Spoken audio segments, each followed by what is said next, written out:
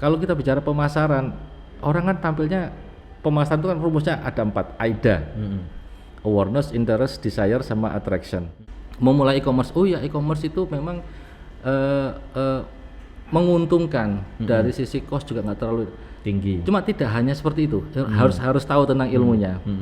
Awareness itu tampilannya kita perhatikan tampilannya itu selalu ada kata-kata yang membuat orang ingin ngeklik. Kata-kata kunci ingin ngeklik, membuat orang penasaran.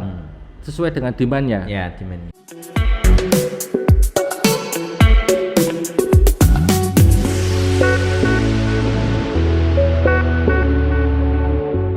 Wabarakatuh. Waalaikumsalam warahmatullahi wabarakatuh. Alhamdulillah pada kesempatan ini kita kedatangan tamu istimewa Mas Dodi ini ya, di tengah kesibukan beliau sebagai Vice President S-Region Indonesia Timur di XL Axiata ya Mas Dodi ya.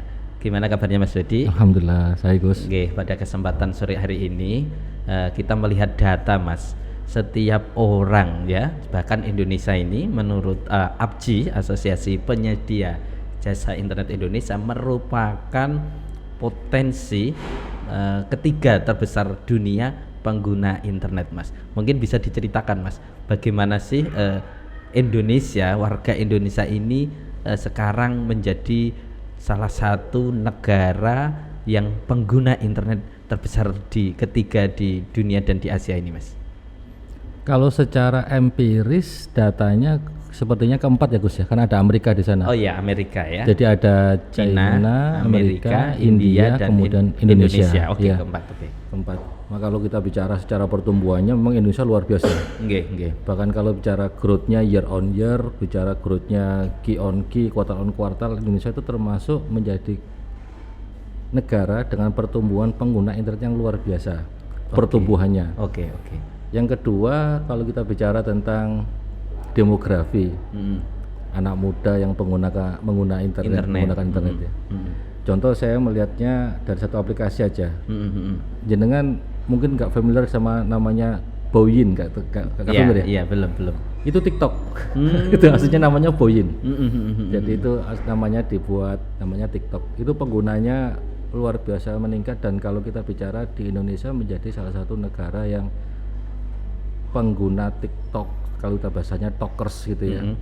Talkersnya itu growth-nya dari year on year itu luar biasa. Sekarang kalau kita tanya pengguna internet saat ini siapa sih nggak punya TikTok? Kalau dulu mungkin zamannya Gus Hamid, zamannya Friendster gitu ya. Betul. Sama Yahoo Messenger, MRC gitu ya. Iya. MRC, kemudian masuk ke Facebook, masuk ke Instagram, kemudian masuk ke TikTok, dan juga ada YouTube dan segala macam. Namun begitu, yang menarik kalau kita melihat kenapa sih kok begitu cepatnya pertumbuhan dari jumlah pengguna internet yang ada di Indonesia, selain memang dari sisi level kuriusnya orang Indonesia terhadap teknologi baru. Yang kedua adalah dari sisi behaviornya orang Indonesia yang memang orang yang sosial. Betul. Suka berkomunikasi, suka berhubungan lah ya. Komunikasi, kontak dengan each other, bahkan mencari teman-temannya yang baru ataupun yang teman-teman yang lama dicari di media sosial. Ternyata salah satu faktornya kenapa kok sedemikian cepat pertumbuhan dari sosial media dari sisi internet adalah bahwa ini bisa menjadi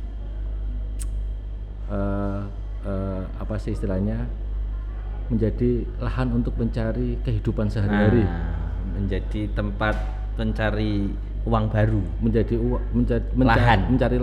bahkan kalau misalnya kita tanya ke anak-anak muda itu ya, yang masih SD mungkin SMP, kalau ditanya cita-citanya apa? Jadi apa? Konten kreator, YouTubers, gamers, TikTokers dan segala macam.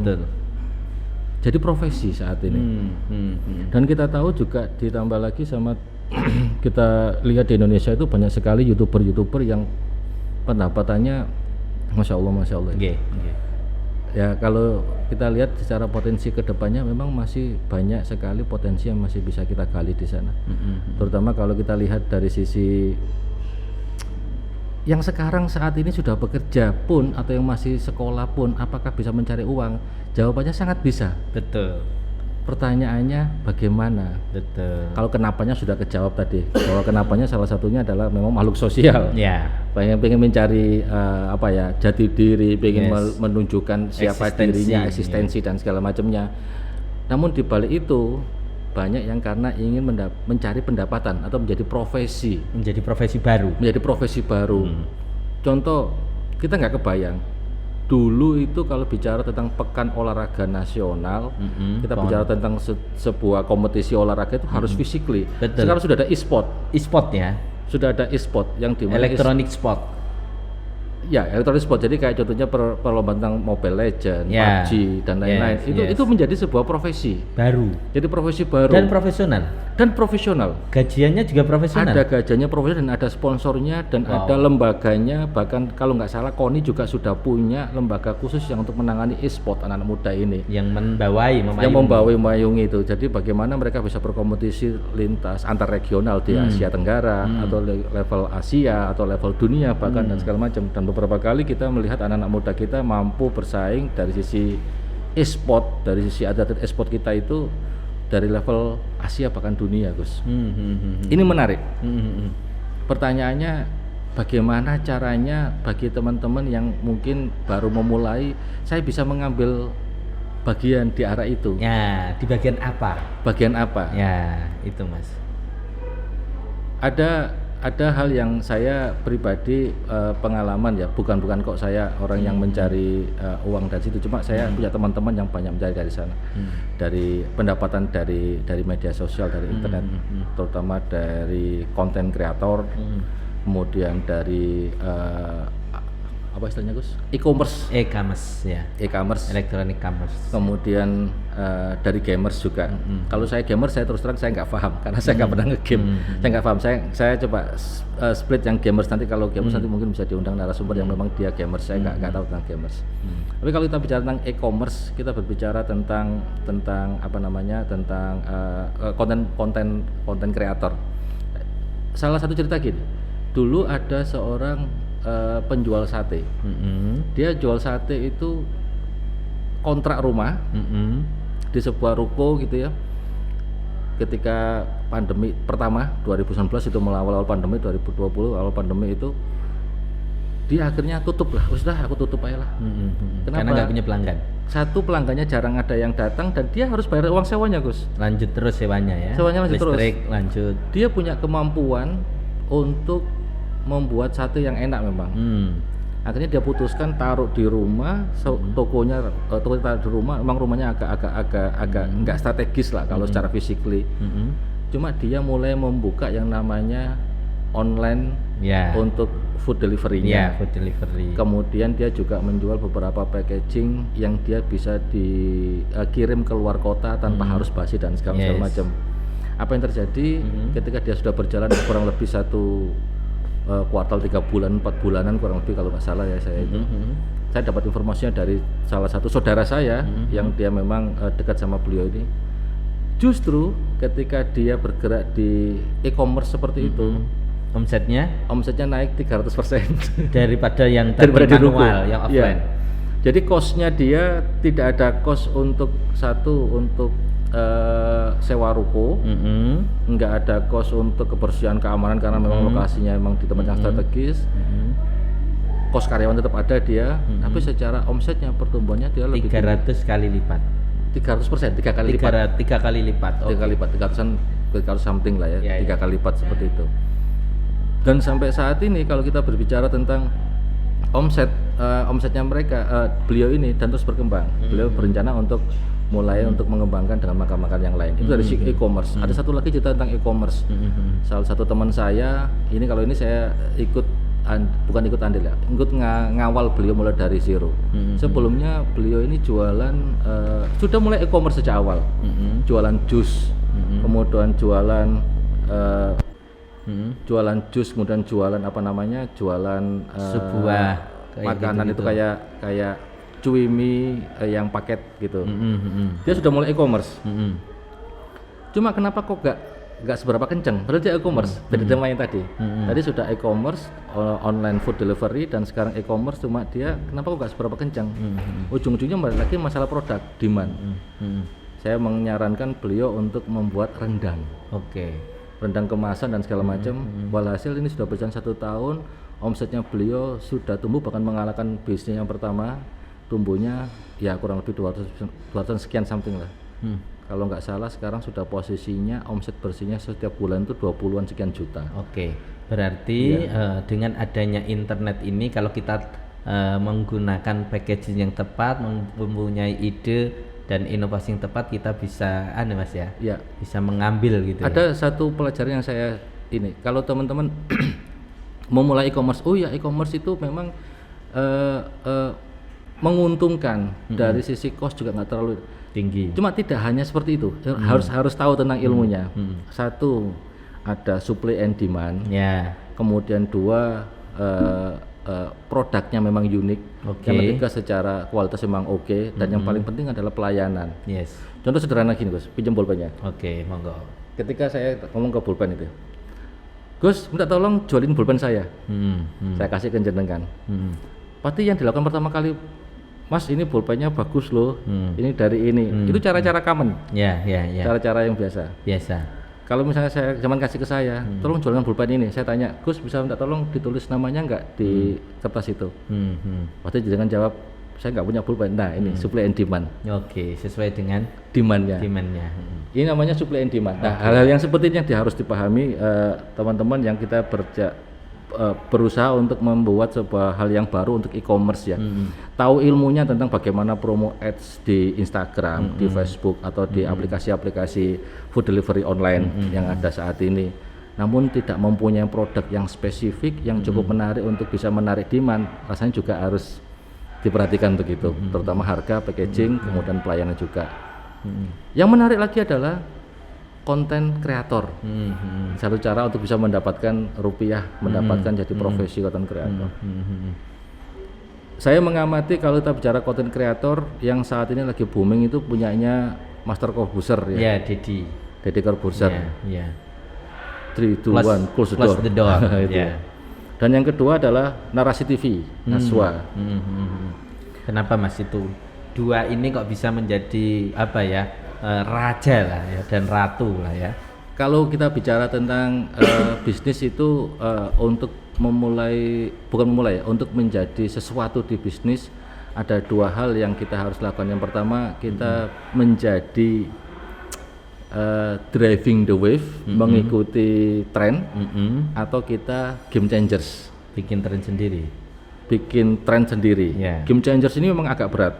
Tidak gampang membuat game changers, hanya orang-orang tertentu yang mampu dan berhasil menjadi game changers. Contohnya kalau kita bicara Gojek lah ya, saya sebutkan nama Gojek. Itu saya ingat sekali kata-katanya Nadiem Makarim, bahasanya waktu itu ya saya sedang memikirkan sebuah masalah yang besar yang saya juga sendiri alami. Saya sendiri juga ngojek kemana-mana, tapi untuk cari. Artinya kalau kita bicara untuk solusi sebuah konten yang untuk kita deliver dan itu akan menjadi besar, ya kita harus berpikir besar. Berpikir besar. Itu untuk game changers. Contoh kayak Apple, Microsoft, kemudian kita bicara Tesla, Elon Musk, kita bicara tentang Meta, Facebook dan segala macam. Itu adalah orang-orang yang berpikir tentang menjadi game changers. Ya, membuat tren baru. Dan itu memang butuh extraordinary, bahkan butuh sisi-sisi keberuntungan khusus, butuh ilmu-ilmu yang tidak semua orang bisa melakukan seperti itu. Yang menarik adalah kita bisa menjadi driving the wave, mengikuti tren. Balik ke tadi yang Master Corbuzier sama Narasi TV. Iya, Narasi. Deddy Corbuzier ini kalau kita lihat podcastnya itu sepertinya ketawa-ketawa, tapi sebenarnya bahannya itu serius. Sangat serius. Membuat kita serius. Kita diajak untuk memikirkan sesuatu yang justru kalau bahasa Jawanya tuh lapus ya dimikir itu. Tapi jadi ikut memikirkan gitu. Iya, padahal ya harusnya tidak usah dipikir. Gak usah dipikirkan, ngapain kita gitu. Tapi karena kita tertarik dengan bahasanya dia dan jadi suatu yang serius. Dan orang-orang itu nunggu, ini kira-kira tema apa yang akan diangkat? Tidak hanya nunggu tema apa yang diangkat, ketika nonton di detik pertama, menit pertama itu tidak berhenti untuk sampai di menit yang terakhir. Betul. Dia langsung menunggu terus sampai menit terakhir, kepingin tahu goalnya seperti apa. Emang Deddy Corbuzier punya kecerdasan yang atas rata-rata ya. Betul. Yang kedua yang menarik adalah Mata Naswa, Narasi TV lah ya. Narasi TV. Najwa Shihab itu. kita melihatnya beda. Kalau Deddy Corbuzier itu adalah serius, kalau Najwa itu kurius. Membuat orang penasaran. Dari tagline-nya aja, benarkah 3 periode? Nah, gitu itu ya. Jadi paham tagarnya. Ya, itu. jadi paham dan segala macam. Membuat orang jadi kurius. Ada satu lagi tren yang membuat orang tersenyum, tertawa. Bahkan yang kalau kita bicara antitesisnya ya, antitesanya dari yang kedua-duanya itu. Dan itu membuat orang jadi seakan-akan refresh. Ini yang saya cari. Karena ringan. Ada pilihan-pilihan demand di sana para warganet ini. Kalau dulu bahasa netizen, sekarang warganet itu ya. Warganet itu mencari, saya itu suka sesuatu yang serius, saya akan melihat podcastnya siapa. Saya sesuatu yang religius, saya akan melihatnya podcast yang mana. Sesuatu yang kurios, saya melihatnya podcast yang mana, sesuai dengan demandnya masing-masing. Bahkan kalau untuk orang-orang yang hanya sekedar refresh saja sehari-hari, dia akan mencari yang contohnya ya yang satu yang lucu-lucu lah ya, kayak podcastnya Vindes, podcastnya Sule, podcastnya Prediksi, Lapor Pak dan segala macam. Istilah saya kalau podcast seperti itu adalah podcast yang fabulous. Fabulous itu maksudnya membuat orang jadi menyenangkan, menjadi orang yang menyenangkan. Bagi para konten kreator ya, konten kreator itu kalau kita bicara sebagai TikToker, sebagai orang yang suka membuat video kecil reels dan segala macam, pilihannya Anda ingin dipersepsikan seperti apa? Ya. Yang menarik di TikTok itu, kalau kita ngambil videonya orang, kita potong dengan durasi yang memang ada batas maksimalnya di TikTok kan ya, batas maksimalnya. Kita upload ulang dengan kita custom sedemikian rupa, itu viewernya nggak banyak. Tapi kalau kehidupan sehari-hari kita, yang kita syuting ketika masuk mobil, yang kita ngutang yang nggak dikasih sama teman kita, seperti itu ya. Satu yang sehari-hari itu justru banyak viewersnya. Natural satu, dan memang orang itu cenderung kepo, cenderung ingin tahu apa sih dilakukan sama orang lain, dan ingin dapat pelajaran dari yang dilakukan sama orang lain. Atau bahkan juga ada yang ingin menjustifikasi bahwa apa yang saya lakukan benar dengan melihat orang itu kan kalau dia lakukan seperti itu salah. Kuncinya kalau mau jadi konten kreator, satu memang harus kreatif, jadi diri sendiri, dan jangan berhenti untuk membuat kontennya. Terpenting adalah ya jangan baperan ya, karena pasti ada yang like, ada yang dislike, ada yang mendukung, ada juga yang mencaci maki. Ya tentunya harus ada etika ya. Jangan sampai kemudian membuat hal-hal yang di luar etika yang justru bermasalah sama hukum dan lain-lain. Ini yang kita harus perhatikan ke teman-teman. Bagaimana caranya agar konten yang saya buat, Pak, saya ini sudah buat banyak konten seperti ini, namun kok masih belum banyak viewersnya? Itu pertanyaannya. Bahkan dia sudah menggunakan media-media yang agak serius, kameranya lainnya kontennya serius, tapi viewernya tetap sedikit. Itu gimana? Kuncinya satu. Gimana Mas? Kolaborasi. Kata kuncinya adalah kolaborasi. Kolaborasi ini bisa antar sosial media yang dia punya, atau sekedar tag orang lain. Kalau di Instagram itu ada hashtagnya dan segala macamnya. Misalnya dengan menggunakan Twitter itu kan trending ya, dari hashtag yang trending itu banyak dari Twitter. Facebooknya juga harus membuat hashtag yang sama, dan istiqomah. Ini masalah endurance. Masalah endurance. Saya yakin sekali yang namanya pembalap MotoGP itu kayak Alex Espargaro, kemudian Quartararo, kemudian siapa kemarin jatuh itu? Marquez. Itu mereka itu punya skill. Ya jelas. Saya yakin mereka punya skill. Mereka bukan orang ecek-ecek yang pembalap balap liar, itu bukan.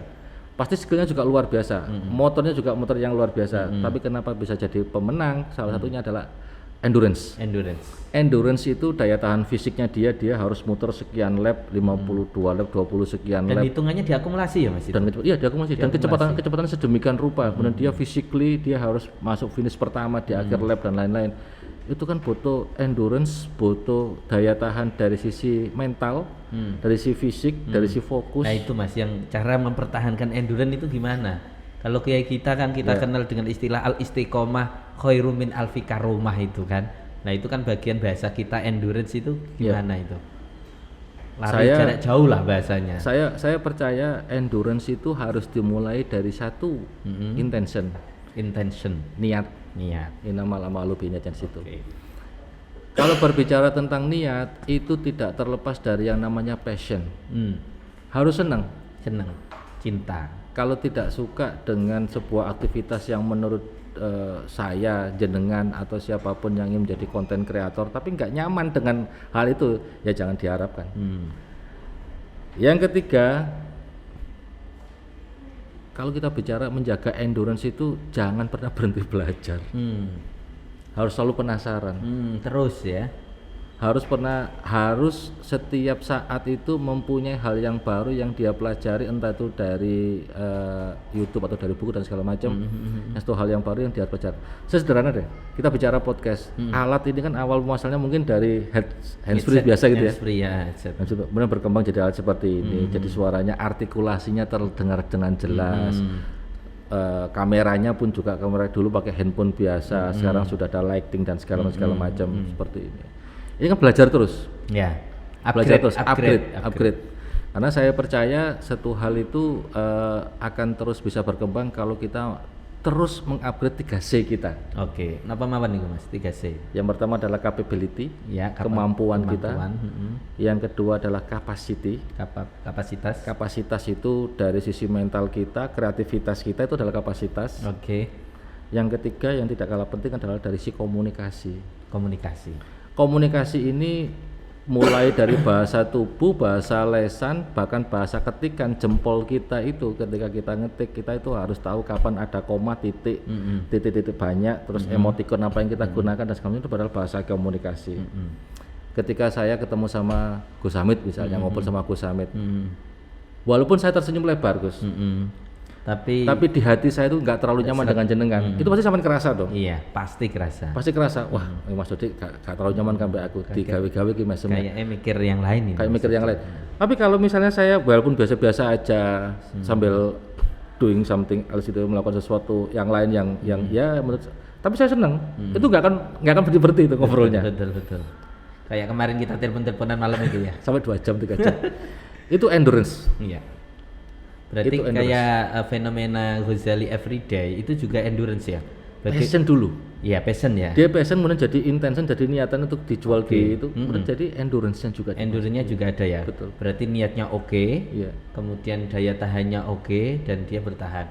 Dia istiqomah setiap hari foto selfie selama 4 tahun. Leres. Itu kan sebenarnya di pesantren kita sudah ada itu Mas. Al istiqomah khairum min alfi karomah. Ya Ghazali itu Permasalahan lucunya gini, 4 tahun yang lalu dia nggak tahu tentang NFT. Kenapa kok dia melakukan seperti itu? Artinya ada sesuatu yang dia lakukan dari sisi passionnya dia. Iya, oke. Ketika dia sudah mengumpulkan semuanya di file dan segala macam, kok ada kemungkinan, ada possibility dari si ini dia lakukan. Dan ada keunikan. Ya ini kita bicara tentang passion tadi itu kan ada capability, capacity sama komunikasi. Itu tidak bisa yang namanya kita berhenti belajar. Yes. Saya yakin sekali kalau teman-teman yang saat ini menggeluti konten kreator, menggeluti e-commerce dan segala macam, saat sudah merasa jago, nah itu justru dia akan turun ya. Saat dia sudah merasa pintar, hebat, dia akan turun. Betul. Kosongan gelas. Terus berarti harus selalu belajar. Salah satunya adalah dengan cara melihat podcast ini. Oke, iya Mas. Nanti detailnya kita akan coba nanti di lain waktu ya. Oke. Jadi kita bicara teknisnya nanti. Saya kemarin membaca penelitian Elvara Riset Mas. Jadi Elvara Riset itu miliknya Mas Hasan ya. Mas Hasan sekarang sekretaris Lapesdam PBNU. Beliau kemarin mendeklarasikan hasil penelitiannya bahwa sekarang Islam itu tersegmentasi menjadi 3. Yang pertama adalah perkotaan urban, yang kedua adalah milenial, yang ketiga adalah kelas menengah secara ekonomi. Nah, bagaimana Mas dengan adanya internet yang seperti sekarang, bagaimana Islam ya bisa menjadi oase ya, bisa menjadi solusi di tengah-tengah mohon maaf banyaknya sampah informasi yang masuk ke HP kita. Mungkin Mas Dodi punya trik atau bagaimana cara Islam ini menjadi solusi soleh fi kulli makan wa zaman, sesuai dengan ini loh. Islam ada jawabannya. Islam itu sudah sesuai dengan konteks perkembangan zaman. Bagaimana Mas? Kalau ini bisa jadi saya salah ya. Kalau pendapat saya pribadi, tadi ada urban, ada segmen anak muda, kemudian yang ketiga ada Kelas dari menengah. segmen kelas menengah, yang middle Secara up lah ya, ekonomi. middle up lah Middle ya. up, Ada yes. orang-orang yang kerah putih, barusan baru bekerja, dan segala macam, yang baru punya mobil, Orang kaya baru nyicil rumah, bukan kaya sih, tapi dia baru mampu untuk mau melakukan sesuatu. Yang sebelumnya dia nggak pernah nonton 21, sekarang bisa ngajak istrinya nonton 21, keluarganya segala macam. Ada pendapatan baru di sana. Saya pribadi mengalami di kehidupan profesional saya sehari-hari bahwa semua segmen tersebut tidak bisa melakukan lintas segmen. Nggak bisa ya? Kalau menurut saya, misalnya punya segmentasi masing-masing. Orang urban mau masuk ke segmen milenial itu ada bisa mungkin few orang ya, sedikit sekali. Sedikit ya. Yang bisa dilakukan adalah ya milenial harus dimasuki orang milenial juga. Ya, sesuai dengan anak muda juga. Ya, sesuai dengan kelasnya, segmennya. Yang perkotaan ya harus orang perkotaan juga yang masuk ke sana. Yang untuk middle up juga harus orang middle up di sana. Bisa naturalisasi ya Mas. Kalau hemat saya itu membutuhkan waktu, kalau misalnya harus lintas itu membutuhkan energi yang luar biasa. Effort ya. Contoh, saya nggak bisa menyebut dengan orang milenial ya. Kalau dari sisi usia dan dari tampak fisik kan nggak bisa. 35 Mas saya. Nggak bisa. Kalau saya kan masih bisa disebut orang milenial. Kolonial jenengan. Posisinya kalau misalnya jenengan mencoba masuk ke milenial mungkin bisa hanya sekedar untuk menjadi overview di atas doang. Yes. Untuk masuk ke dalam harus orang milenial sendiri. Karena sampean bukan orang milenial yang nggak tahu sehari-harinya seperti apa. Dia punya tim baru, dia jago desain, dia jago sesuatu yang ketika saya minta tolong untuk membuat materi presentasi itu, saya itu wow gitu. Di luar ekspektasi. Beyond expectation. Jadi luar biasa. Keren juga ya. Jadi pola pikir milenial dia itu membuat materi presentasi itu saya juga, wah ini keren nih. Satu kelemahannya adalah dia baperan. Nggak bisa di pressure seperti zaman kita dulu. Nggak bisa lah. Kalau ini nggak mau sama saya, ya sudah saya keluar aja. Artinya kalau untuk masuk ke dia, kita harus coba menjadi dia. Iya, harus mengikuti frekuensi dia. Betul. Mengikuti irama. Permasalahannya kalau misalnya lintas segmen seperti tadi itu kadang-kadang kalau dipaksakan, tadi balik lagi, yang namanya senyum itu beda. Kalau artinya dipaksakan nggak bisa. Kalau usulan saya ya kita harus mencari segmen masing-masing. Sampean untuk yang middle up, sampean yang untuk milenial, sampean yang untuk urban, ayo kita upgrade bareng-bareng secara capability, keilmuannya, capacity dari sisi bagaimana menyampaikan kreativitasnya dengan cara entah itu pakai TikTok, entah itu pakai Instagram, entah itu pakai YouTube atau apa dan segala macam. Sesuai dengan segmennya masing-masing, dan secara komunikasinya pun juga biar mereka sesuai dengan segmennya masing-masing. Dan ini memang harus sudah rasanya perlu dimulai ya. Perlu dimulai, dan saya yakin sudah dimulai sih ya. Cuma memang harus sudah ada yang lebih terstruktur. Terstrukturnya ini dan masif. Balik lagi kita bicaranya endurance ya, istiqomah. Harus konsisten terus-menerus sampai tahapan-tahapan seperti apa. Kalau bahasa teman-teman sebelah itu kan pengkaderan, kayak gitu itu. Pengkaderan kan nggak harus anak muda, Gus. Orang yang baru hijrah gitu istilahnya, baru masuk di kader, diajak ngobrol bagaimana. Kalau di Ahlussunnah wal Jamaah itu Syafi'i itu untuk wudu itu fikihnya seperti ini. Ada beberapa yang sudah masuk ke sana namun masih belum berani untuk menyampaikan. Nah, diajak untuk bagaimana mereka berani untuk menyampaikan. Termasuk sebenarnya kalau kita bicara dari sisi mencari uang ya Gus ya. Duit itu kan menarik bagi semua orang. Siapa sih uang sih orang gak gelem dari duit dan ini. Itu bisa menjadi wasilah, menjadi sarana untuk masuk ke masing-masing segmen. Diajak, ayo tak ajari caranya untuk jadi konten kreator. Ini luar biasa kan ya, kalau kita bicara environment kan luar biasa. Ada 3 kamera, ada lighting, ada seperti ini, orang taunya wah ini pasti mahal. Harganya berapa? Terus cara ngomongnya bagaimana? Sesekali kita ngajak santri-santri, kita ngajak anak muda yang ingin jadi konten kreator, ingin buat podcast. kunjungan ke sini misalnya. Gimana Mas Tori? Kunjungan ke sini sama Gus Hamid datang ke sini TV untuk 9, jadi ya. TV 9 untuk melihat oh ternyata caranya begini, bagaimana setting mixernya, bagaimana di laptopnya, bagaimana Mbak Sinten Asmani pun Mbaknya itu jaga di situ untuk melihat kita, untuk menjaga kamera dan segala macam. Nah ini yang perlu sesekali kita ajak mereka untuk melihat secara langsung, tidak hanya sekedar teori. Kameranya harus menggunakan kamera ini, dicatat habis itu lupa. Tapi kalau pegang kayaknya itu akan menarik. Oke. Melihat langsung, bahkan kalau perlu dia menjadi sebagai salah satu inilah ya, Tim. bukan narasumber lah ya, Tim. sebagai timnya atau apa. Tim support ya. Itu kalau menurut saya seperti itu Gus. Kalau bisa kita mulai ya ayo kita mulai. Dan yang menarik lagi Mas, bagaimana caranya agar kita cepat mendapatkan rupiah di situ? Nah, ini yang ditanyakan. Apa yang harus kita lakukan, Mas, dengan dunia yang seperti sekarang ini? Saya memperhatikan podcastnya Vindes, tahu ya? Vincent Desta. Ya. Itu kan orang-orang famous ya, karena memang mereka punya masa, Basis, punya fans dan basis segala fans. macam. Itu yang namanya Desta, asal muasalnya dia kan nggak mau jadi podcast itu, nggak mau. Akhirnya dipaksa ngobrol-ngobrol sebentar, ya kayak ngobrol-ngobrol nongkrong Santai. seperti ini, santai ini, walaupun tanpa mic seperti ini, dia pakai clipboard gitu ya. Awal-awalnya mereka mungkin dapatnya dari monetize iklan seperti itu. Tapi sekarang pendapatan terbesarnya Malah dari situ. bukan dari iklan. Malah dari iklan. Toyota masuk, mobil masuk, kemudian apalagi itu tempo hari itu saya melihat Aqua ya, apalagi itu banyak kok, banyak masuk. Jadi sekarang jadi endorser. Ini yang kasihan kan para TV. TV-nya kan akhirnya Nggak dapat. Cuma TV ya bisa melakukan hal yang seperti ini juga. Bisa melakukan podcast seperti ini juga ya. Apa yang harus dilakukan? Ya tadi itu yang kita bicara. Satu, ketika menampilkan, tadi saya sampaikan ke Gus Hamid, Gus coba lihat salah satu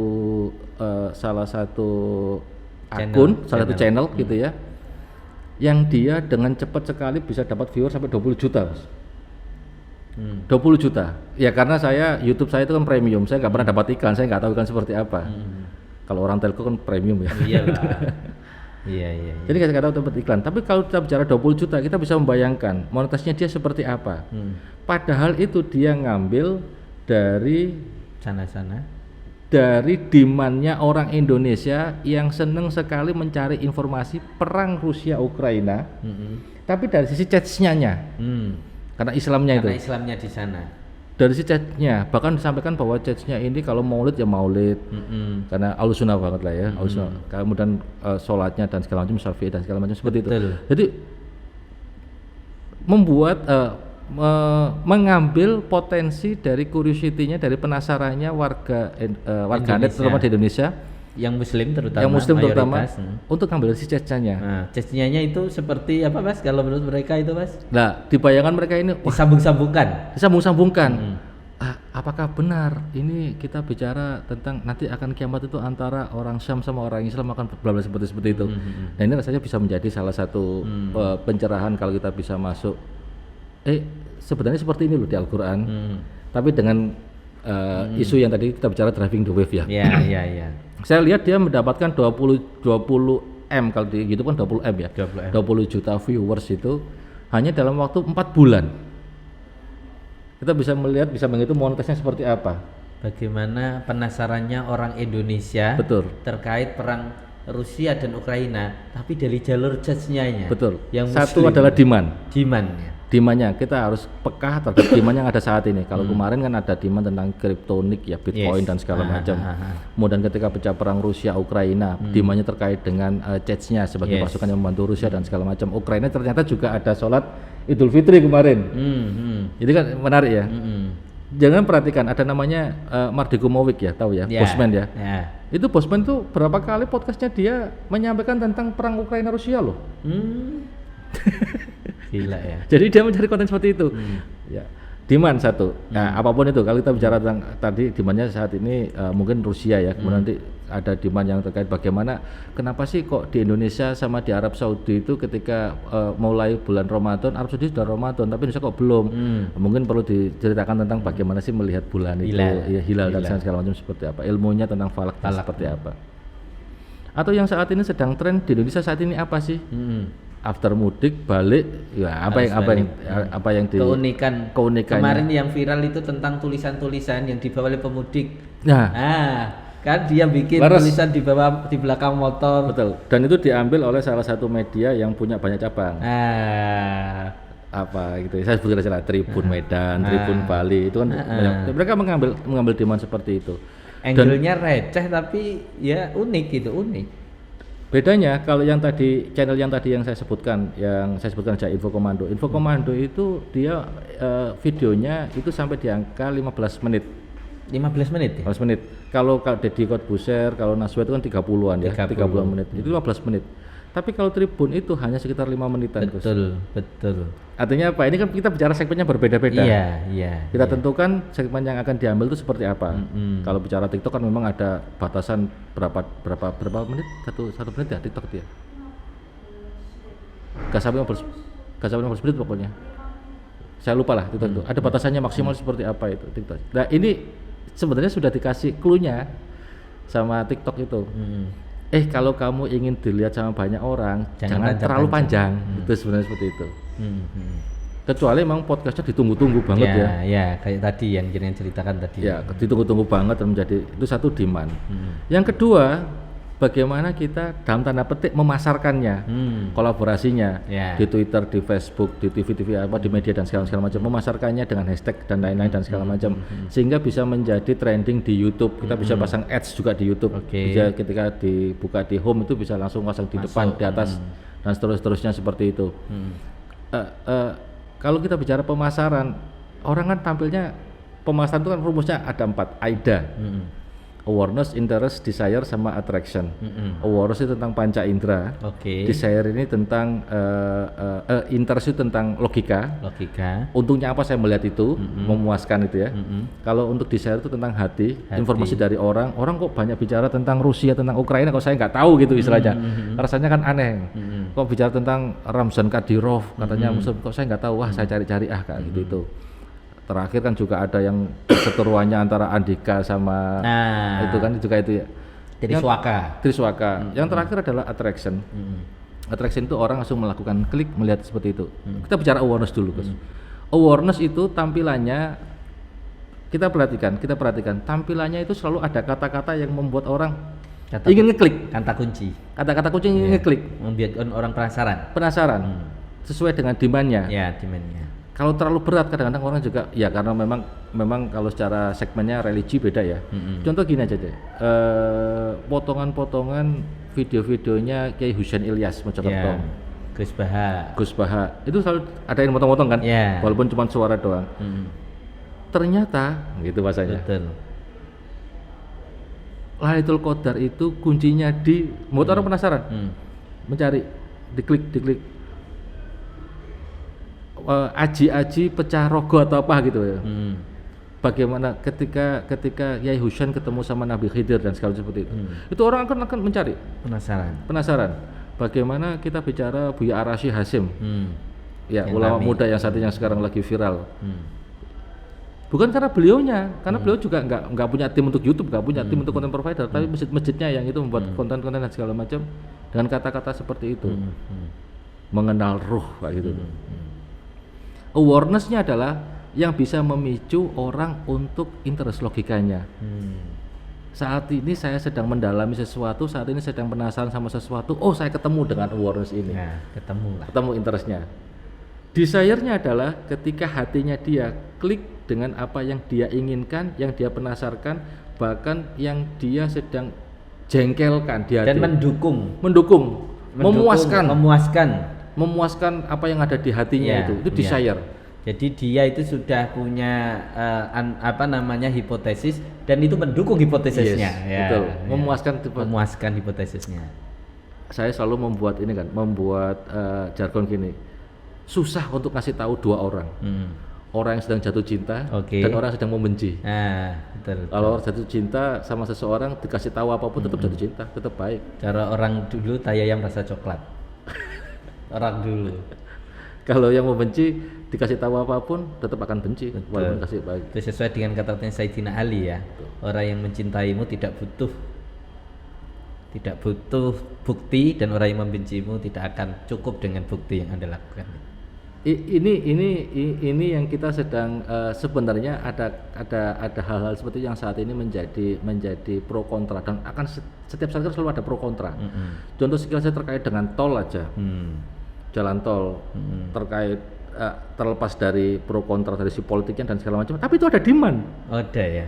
Ada demand yang membuat orang jadinya, oh ternyata ada tol baru yang dibangun untuk lintas selatan, ada tol baru yang dibangun sampai ke Cisumdawu dan segala macam dan lain-lain. Yang terakhir adalah attraction. Kalau attraction ini bagaimana dia juga bisa penasaran untuk ngeklik link-link yang lainnya. Yang relate.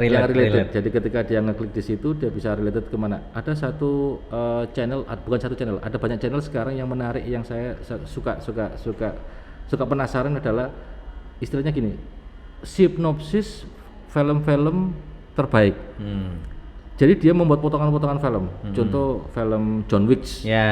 John Wick 3. Aku nonton itu, Mas. John Wick 3 ini adalah gini.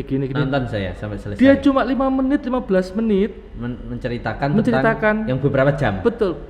Menceritakan yang beberapa jam hanya dengan 15 menit. Dan itu ada loh buat seperti itu. Betul. Dan viewernya banyak. Oke. Apa artinya passion yang kita punya, kita cari dengan kreativitasnya, kemudian kita lihat demandnya terhadap diri kita sendiri. Kalau misalnya saya seneng nggak sih dengan hal itu? Terus ya memang ada ilmunya. Untuk awareness itu harus ilmunya seperti apa. Misalnya dengan kata-kata tadi, foto-fotonya tidak menghadap ke depan, ketika ditampilkan di depan, jadi bukan foto ya gitu, bukan. Kemudian kita lagi berbicara atau lagi debat atau lagi kalau lihat ya di Corbusier itu kan lagi apa ya, lagi tinju kayak semacam emosi wajahnya itu, di foto, di capture, jadikan sebagai thumbnail di depan itu, thumbnailnya itu. Nah, hal seperti ini yang perlu kita pelajari.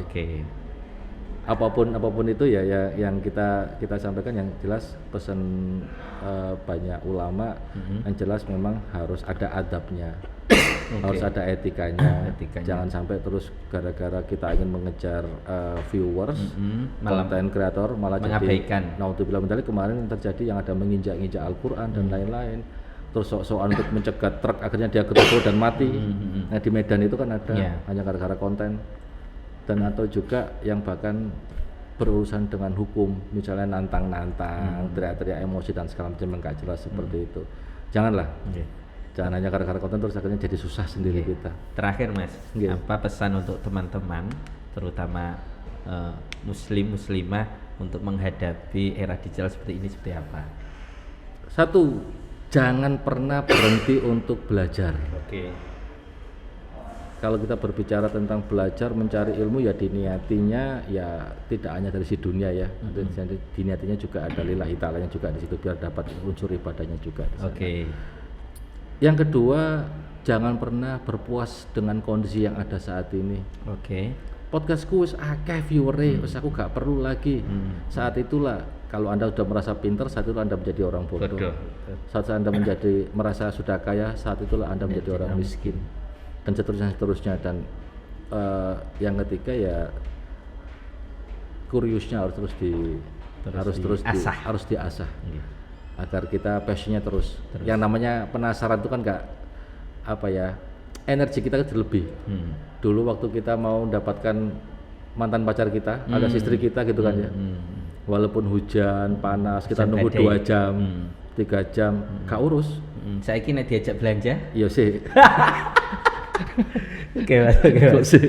Lebih ini gak urus. Santai nih, karena penasaran. Wah, arek iki rek santai nih. Hanya sekedar ketemukannya seneng. Karena penasaran. Energi yang tidak bisa terukur besarnya adalah penasaran. Seberapa penasaran kita ketika kita nanti di alam barzah, di akhir nanti ketemu sama Kanjeng Nabi, sehingga kita terus bersemangat ibadah. Itu penasarannya di situ. Salah satunya kalau kita bicara dari sisi ukhrawinya ya. Kalau dari sisi duniawinya bagaimana saya bisa membuat konten yang saya buat ini menjadi ya nggak harus viral lah, tapi paling tidak dalam waktu 4 bulan bisa mendapatkan 1 juta viewers. Penasaran, terus berusaha belajar dan segala macam. Tentu saja harus ada adab. Jangan lupa ketika kita memberikan meng-share sesuatu yang akhirnya memicu orang untuk melakukan sesuatu yang buruk, dosanya kan ikut kita juga kan. Naudzubillah, jariyahnya naudzubillah. Oke Mas. Gitu kurang lebih Gus. Luar biasa. Terima kasih teman-teman, hari ini banyak sekali ilmu yang kita dapatkan dari Mas Dodi. Beliau itu seorang santri yang teknokrat, seorang teknokrat yang santri. Demikian tunggu podcast Dunia Santri selanjutnya. Saya Abdul Hamid, mohon maaf. Assalamualaikum warahmatullahi wabarakatuh. Waalaikumsalam warahmatullahi wabarakatuh.